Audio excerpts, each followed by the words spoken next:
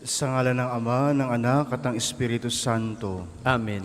Ang pagpapala ng ating Panginoong Jesucristo, ang pag-ibig ng Diyos Ama, at ang pakikipagkaisa ng Espiritu Santo naway laging sumainyong lahat. At sumayo rin. Mga kapatid, aminin natin ang ating mga kasalanan upang tayo ay maging marapat gumanap sa banal na pagdiriwang. Inaamin ko sa makapangyarihang Diyos at sa inyo mga kapatid, na lubha kong nagkasala sa isip, sa salita at sa gawa, at sa aking pagkukulang. Kaya sinasamo ko sa mahal na Birheng Maria, sa lahat ng mga anghel at mga banal, at sa inyo mga kapatid, na ako'y panalangin sa Panginoong ating Diyos. Kaawaan tayo na makapangyarihang Diyos, patawarin tayo sa ating mga kasalanan at patnubayan tayo tungo sa buhay na walang hanggan. Amen.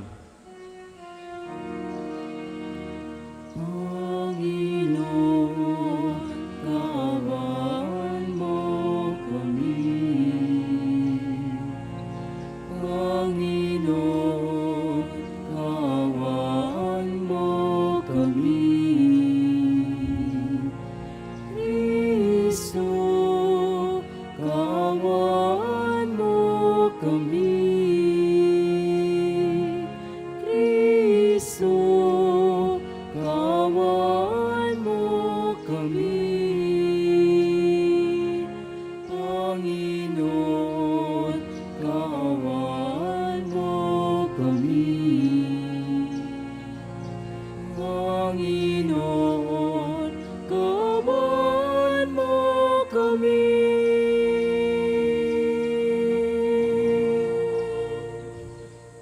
Manalangin tayo.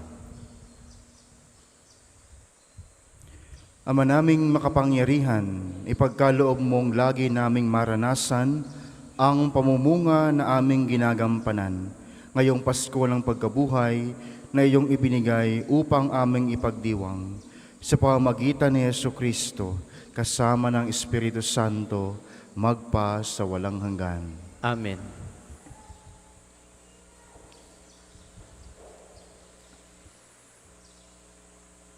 Pagbasa mula sa mga gawa ng mga apostol. Mula sa Troas, tuloy-tuloy kaming naglayag patungong Samotrasya at kinabukasay sa Neapolis. Mula rooy nagtungo kami sa Pilipos, isang kolonyang Romano at pangunahing lungsod sa dakong iyon ng Macedonia. Nanatili kami roon ng ilang araw, at ng araw ng pamamahinga, lumabas kami ng lungsod at nagpunta sa tabing ilog sa isang pook na inakala naming dakong panalanginan ng mga Hudyo. Naupo kami at nakipag-usap sa mga babaeng nagkakatipon doon. Kabilang dito ang isa nagngangalang Lydia, taga Tiatira at nangangalakal ng isang purpura. Siya'y may takot sa Diyos. Binuksan ng Panginoon ang kanyang isip at siya'y naniwala sa ipinangangaral ni Pablo. Nagpabinyag siya at ang kasambahay niya. Pagkatapos, sinabi niya, "Kung itinuturing po ninyo akong tapat na lingkod ng Panginoon, doon na kayo tumuloy sa amin." Mahigpit ang kanyang anyaya, kaya't hindi naman napahindian. Ang salita ng Diyos. Salamat sa Diyos. Salmong tugunan, Panginooy nagagalak sa hirang niyang mga anak. Panginooy nagagalak sa hirang niyang mga anak. Ang Panginooy purihin, awitan ng bagong awit, purihin sa pagtitipon ng tapat sa pananalig. Magalak ka, O Israel, dahilan sa manlilikha, dahilan sa iyong hari, ikaw Siyon ay matuwa. Panginooy nagagalak sa hirang niyang mga anak. Purihin sa pagsasayaw, purihin ang kanyang ngalan. Alpat tambol ay tugtugin, at siya ay papurihan. Panginooy nagagalak sa kanyang mga hirang. Sa nangagpapakumbabay, tagumpay ang ibibigay. Panginooy nagagalak sa hirang niyang mga anak. Sa tagumpay na natamo, magalak ang mga hirang. Sa kanyang pagpipistay, magsaya't mag-awitan. Ang pagpuri sa Panginoon ay kanyang magsigawan. Ang tatanggap ng tagumpay ay ang kanyang mga hirang. Panginooy nagagalak sa hirang niyang mga anak. Ang lahat po'y magsitayo.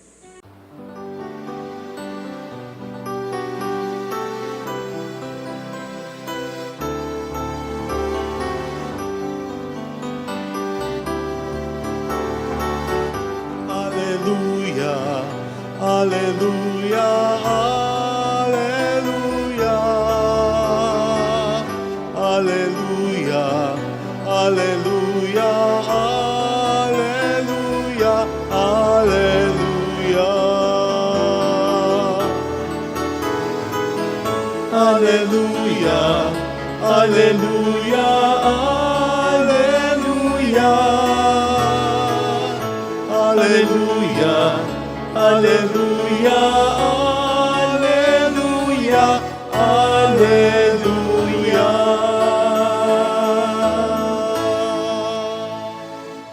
Sumainyo ang Panginoon. At sumayo rin. Ang mabuting balita ng Panginoon ayon kay San Juan. Papuri sa iyo, Panginoon. Noong panahong iyon, sinabi ni Jesus sa kanyang mga alagad, ngunit ang patnubay ang espiritu ng katotohanan, ang paririto mula sa Ama. Susuguin ko siya sa inyo buhat sa Ama, at siya ang magpapalotoo tungkol sa akin. At magpapalotoo rin kayo tungkol sa akin, sapagkat sa pasimula pa'y kasama ko na kayo. Sinasabi ko ito sa inyo upang huwag kayong mawalan ng pananalig sa akin. Palalayasin nila kayo sa mga sinagoga, darating ang panahon na ang sinumang pumatay sa inyo ay mag-aakalang naglilingkod siya sa Diyos. At gagawin nila ito sapagkat hindi nila ako nakikilala ni ang Ama. Ito'y sinasabi ko sa inyo upang pagdating ng oras na gawin nila, maalala ninyong ipagpauna ko na ito sa inyo. Mga kapatid, ang mabuting balita ng Panginoon. Pinupuri ka namin, Panginoong Hesukristo.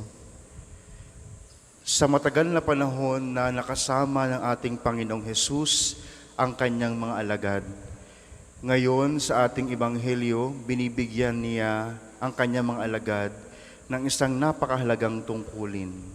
Walang iba kundi ang magpatotoo tungkol sa Kanya. Ang witnessing o pagkapatotoo ay isang bagay o isang responsibilidad na mahirap gawin.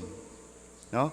Kasi minsan, kung tayo yung instrumento ng witnessing o nagwi-witnessing tayo, may mga tendency, may mga panahon na hindi tayo paniniwalaan. Lalong-lalo na kapag wala tayong maipapakitang ebidensya. Papaano pa kaya noong panahon ng ating Panginoong Hesus o panahon ng mga alagad ng mga sinaunang Kristiyano? Wala pang cellphone. Papaano mo masasabing totoo yung kanilang sinasabi na ang Panginoong Hesus halimbawa ay muling nabuhay? Papaano lang mapapatunayan na si Jesus ay nakasama nila, nahawakan nila pagkatapos patayin, ipako sa krus? Papaano lang papatunayang si Jesus nga ay bumangon mula sa kamatayan? Ito yung isang bagay na napakahirap gawin o napakahirap tugunan. Papaano pa kaya tayong hindi man lamang nakita ang mukha ni Jesus. Papaano kaya tayong sa kasalukuyan na hindi man lamang nakita ang mga alagad? Papaano kaya tayo magiging witness? O papaano kaya tayo magwi-witnessing kung hindi naman natin nakita ang Jesus na muling nabuhay? Kayo po ba ay nagsimba kahapon? Linggo. Sana po nagsimba kayo. Napakaganda ng Ebanghelyo tungkol sa pag-ibig. Baka iyon yung napakagandang instrumento para masabi nating naranasan natin ang Diyos. Naranasan natin ang Diyos dahil tayo ay umiibig. Naranasan natin ang Diyos dahil tayo ay nagmamahal. At sa pamamagitan noon, tayo ay nagpapalotoo tungkol kay Jesus na muling nabuhay. Yung paalaala ni Jesus sa kanyang mga alagad, ang Espiritu at kayo ay magiging patotoo para sa akin. Kaya nga po, yung pagmamahal na sinasabi natin ng Ebanghelyo nung kahapon, ng linggo, ay isang bagay na mahirap ding gawin. Isang bagay na hindi madaling gampanan. Sapagkat marami sa atin, maraming pagkakataon ng ating buhay, nahihirapan tayong magmahal. Nahihirapan tayong tumalima sa utos ng Diyos na magmahalan. Sapagkat mas nangingibabaw na wala tayong pakialam sa isa't isa. Sa totoo lang, hindi galit, hindi sama ng loob ang kabaliktaran ng pag-ibig.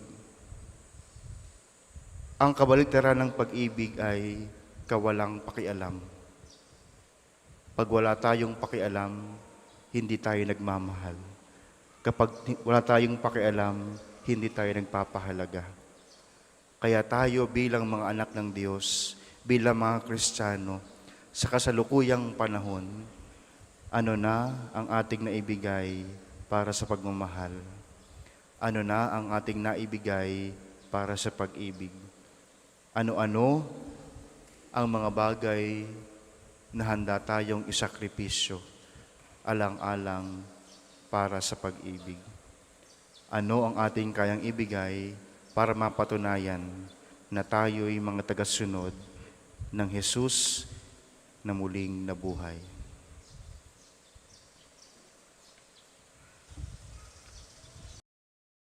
Ang lupa'y nayanig, ito din ay tumahimik, na ang poon ay tumindig,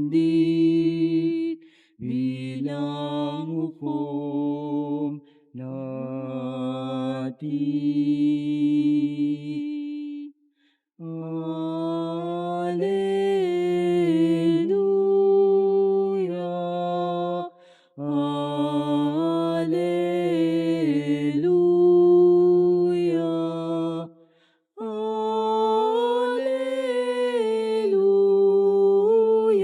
Alleluia, Alleluia, Alleluia. Magsitayo po ang lahat. Manalangin kayo mga kapatid upang itong ating paghahain ay kalugdan ng Diyos amang makapangyarihan. Tanggapin nawa ng Panginoon itong paghahain sa iyong mga kamay, sa kapurihan niya at karangalan, sa ating kapakinabangan at sa buong sambayaniyang banal.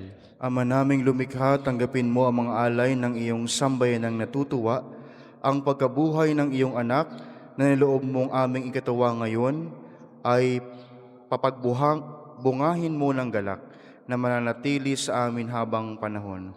sa pamagitan niya kasama ng Espiritu Santo, magpa sa walang hanggan. Amen. Sumainyo ang Panginoon. At sumayo rin. Itaas sa Diyos ang inyong puso at diwa. Itinaas na namin sa Panginoon. Pasalamatan natin ang Panginoong ating Diyos. Marapat na siya'y pasalamatan. Ama naming makapangyarihan, tunay ang marapat na ikaw ay aming pasalamatan. Ngayong ipinagdiriwang ang paghahain ng Mesiyas, ang maamong tupa na tumubos sa aming lahat. Naghahaing walang humpay ang anak mong minamahal upang magkasalo-salo ang tanan sa piging ng iyong buhay. Hindi na mamamatay ang inihain sa krus. Ang sa krus ipinakoy buhay lagi bilang handog. Kaya kaisa ng mga anghel na nagsisiawit ng papuri sa iyo, nang walang humpay sa kalangitan, kami nagbubuni sa iyong kadakilaan.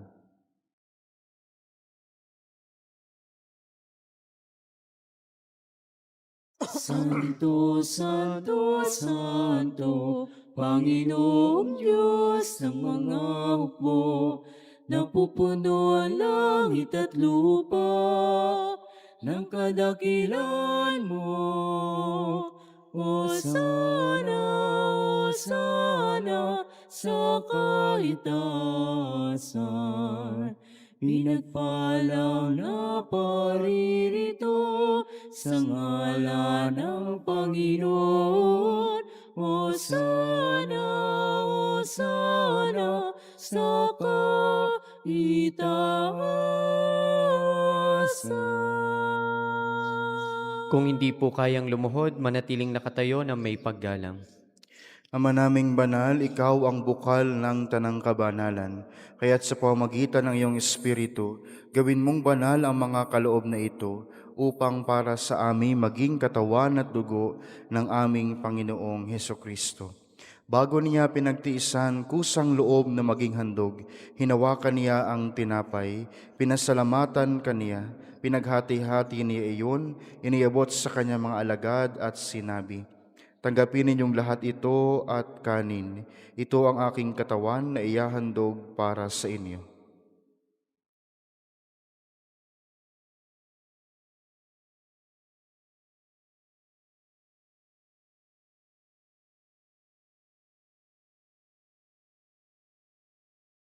Gayon din naman noong matapos ang hapunan, hinawakan niya ang kalis. Muli kaniyang pinasalamatan. Inibot niya ang kalis sa kanyang mga alagad at sinabi, "Tanggapin ninyong lahat ito at inumin. Ito ang kalis ng aking dugo, ng bago at walang hanggang tipan. Ang aking dugo na ibubuhos para sa inyo at para sa lahat. Sa kapagpapatawad ng mga kasalanan, gawin ninyo ito sa pag-alaala sa akin."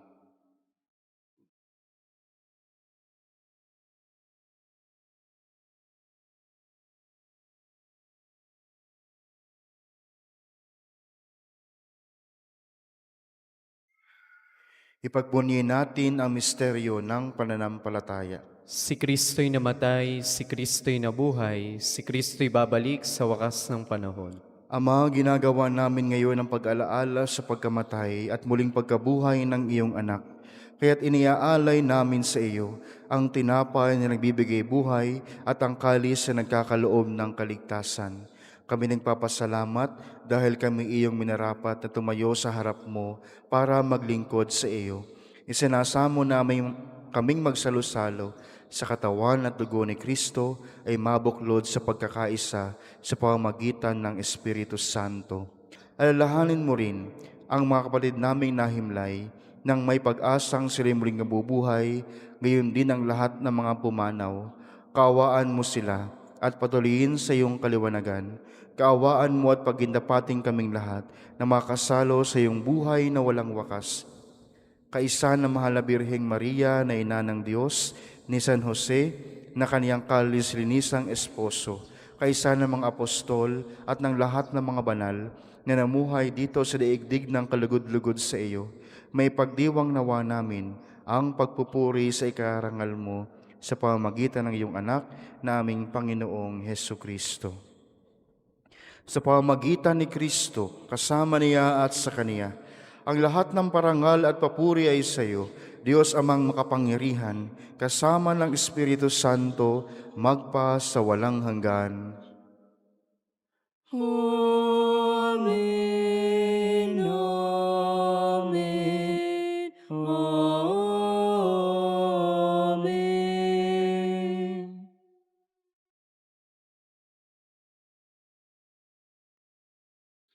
Sa tagubilin ng manakagaling na utos at turo ni Jesus na Panginoon natin at Diyos, ipahayag natin ang lakas loob.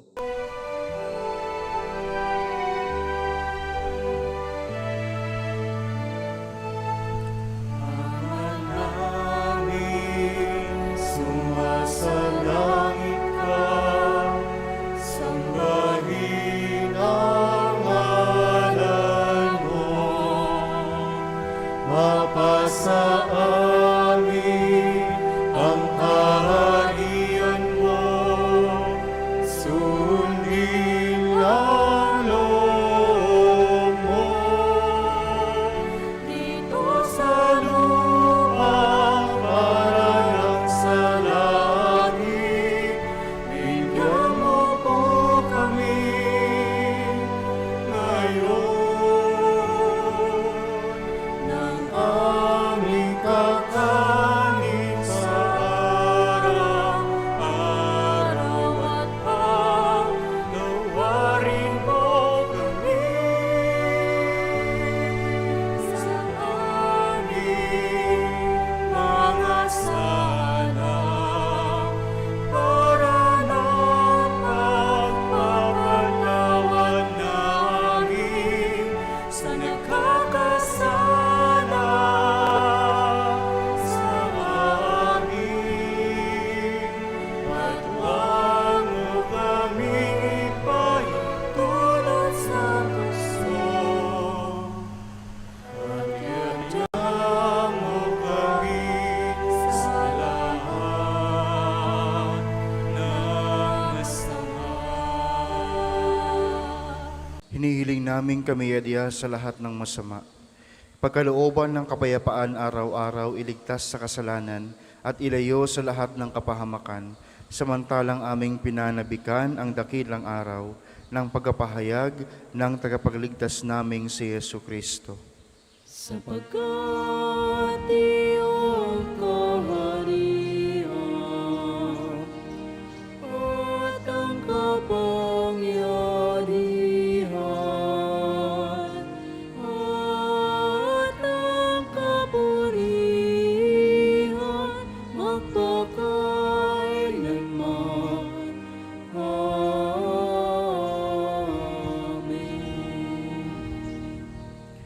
Panginoong Heso Kristo, sinabi mo sa iyong mga apostol, kapayapaan ang iniiwan ko sa inyo, ang aking kapayapaan ang ibinibigay ko sa inyo. Tungayan mo ang aming pananampalataya at huwag ang aming pagkakasala. Pagkalooban mo kami ng kapayapaan at pagkakaisa ayon sa iyong kalooban, kasama ng Espiritu Santo, magpa sa walang hanggan. Amen. Ang kapayapaan ng Panginoon ay laging sumainyo. At sumayo rin. Magbigayan kayo ng kapayapaan sa isa't isa. Peace be. Sa pagkasawak ng ito ng katawan ng Kordero ng Diyos, na nag-aalis sa mga kasalanan ng sanlibutan, maawa ka sa amin. Kordero ng Diyos, na nag-aalis sa mga kasalanan ng sanlibutan, maawa ka sa amin. Kordero ng Diyos, na nag-aalis sa mga kasalanan ng sanlibutan, ipagkaloob mo sa amin ang kapayapaan. Kung hindi po kayang lumuhod, manatiling nakatayo na may paggalang.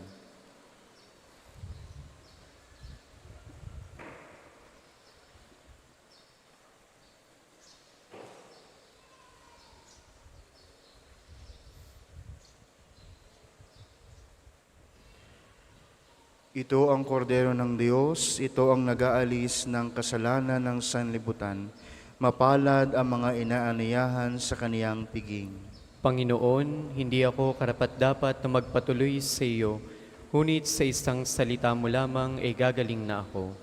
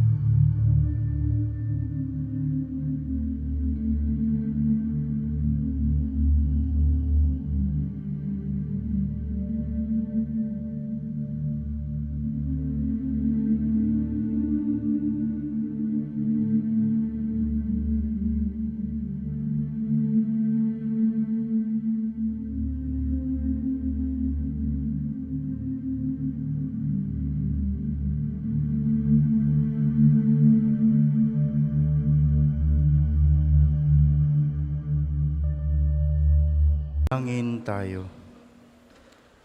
Ama naming mapagmahal, tunghayan mo at lingapin ang iyong sambayanan na minarapat mong makinabang sa piging na pang magpakiilanman. Ipagkaloob mong kami maluwalhating makarating sa pagkabuhay na magtatampok sa amin sa iyong piling. Sa pamamagitan ni Jesucristo, kasama ng Espiritu Santo, magpa sa walang hanggan. Amen. Panalangin ng pagtitiwala kay Santo Padre Pio, tayo pong lahat. Padre Pio, taga Pietrelcina, Mongheng Banal, Pintakasing Santo na milenyong kasalukuyan, gabay namin sa pagtahak sa landasing makalangit, takbuhan sa pangangailangan, huwaran ng pagtitiis. Sa iyo namin inilalapit aming mga kagipitan, sa iyo po ibinibilin kalusugan at kabuhayan.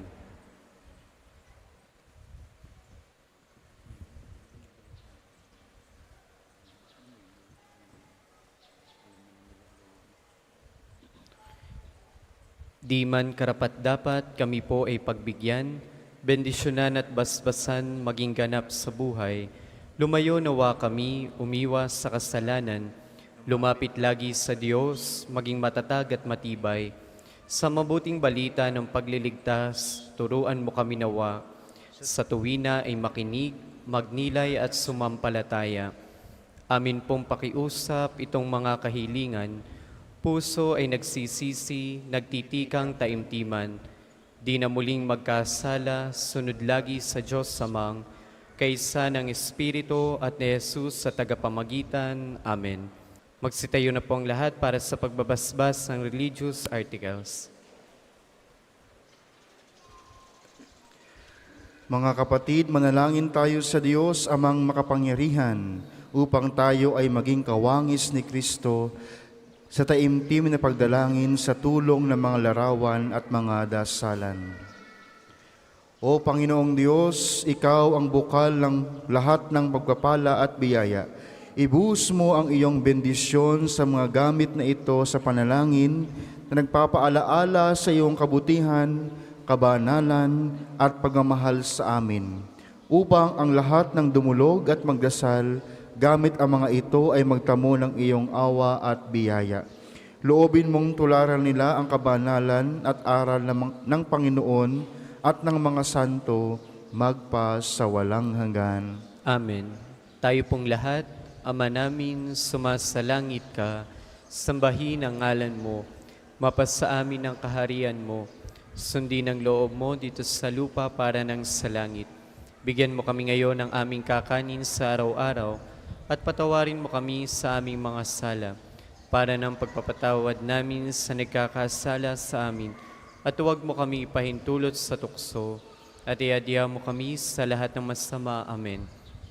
Aba, Ginoong Maria, napupuno ka ng grasya, ang Panginoong Diyos ay sumasa iyo. Bukod kang pinagpala sa babaeng lahat, at pinagpala naman ang iyong anak na si Jesus. Santa Maria, Ina ng Diyos, ipanalangin mo kaming makasalanan, ngayon at kung kami mamamatay. Amen. Luwalhati sa Ama, sa Anak at sa Espiritu Santo, kapara noong una, ngayon at magpa sa walang hanggan. Amen.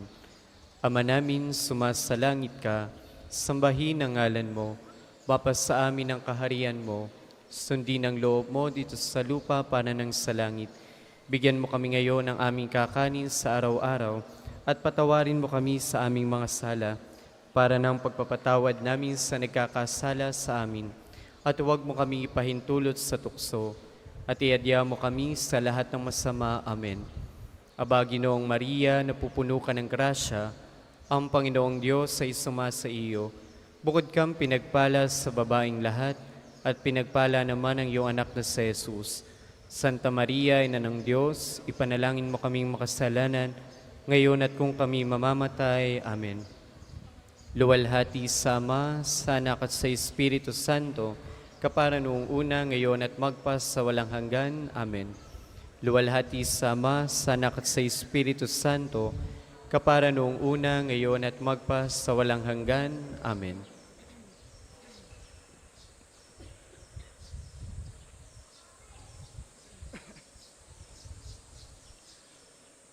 Sumainyo ang Panginoon. At sumayo rin. Pagpalain kayo at ng inyong mga mahal sa buhay ng makapangyarihang Diyos, Ama, Anak, at Espiritu Santo.